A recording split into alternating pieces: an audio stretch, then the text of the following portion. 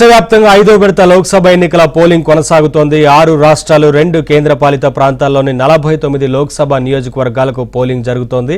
5వ విడత బరిలో 695 మంది అభ్యర్థులు ఉన్నారు. కాంగ్రెస్ అగ్రనేత రాహుల్ గాంధీ, కేంద్ర మంత్రులు రాజ్నాథ్ సింగ్, స్మృతి ఇరానీ, జమ్మూ కాశ్మీర్ మాజీ ముఖ్యమంత్రి ఒమర్ అబ్దుల్లా బరిలో ఉన్నారు.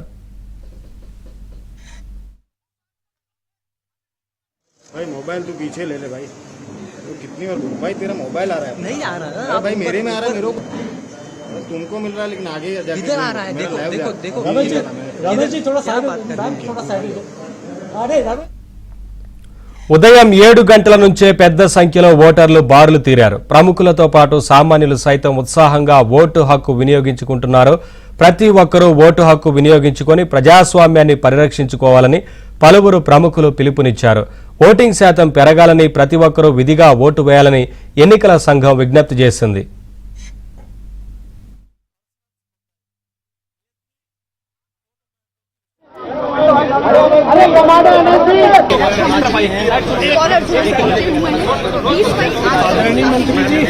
चौकीदार भाजपा साहू जवाहरलाल गुप्ता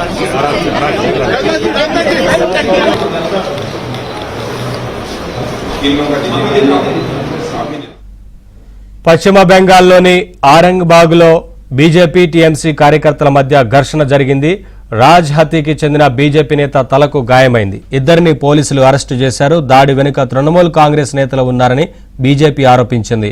బీజేపీ నేతలే అల్లర్లను రెచ్చగొడుతున్నారంటూ TMC ఆరోపిస్తోంది. So I am the national icon of ECI. So I was involved in quite a few initiatives in raising awareness and the importance of casting your vote. Today, as a proud Indian, I am able to do that. I am really happy.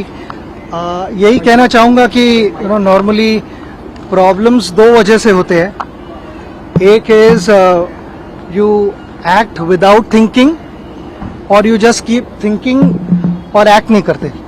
मैं आज सभी को यही दरख्वास्त करता हूँ कि please आइए और अपना वोट कास्ट कीजिए. ये अपने देश के भविष्य के लिए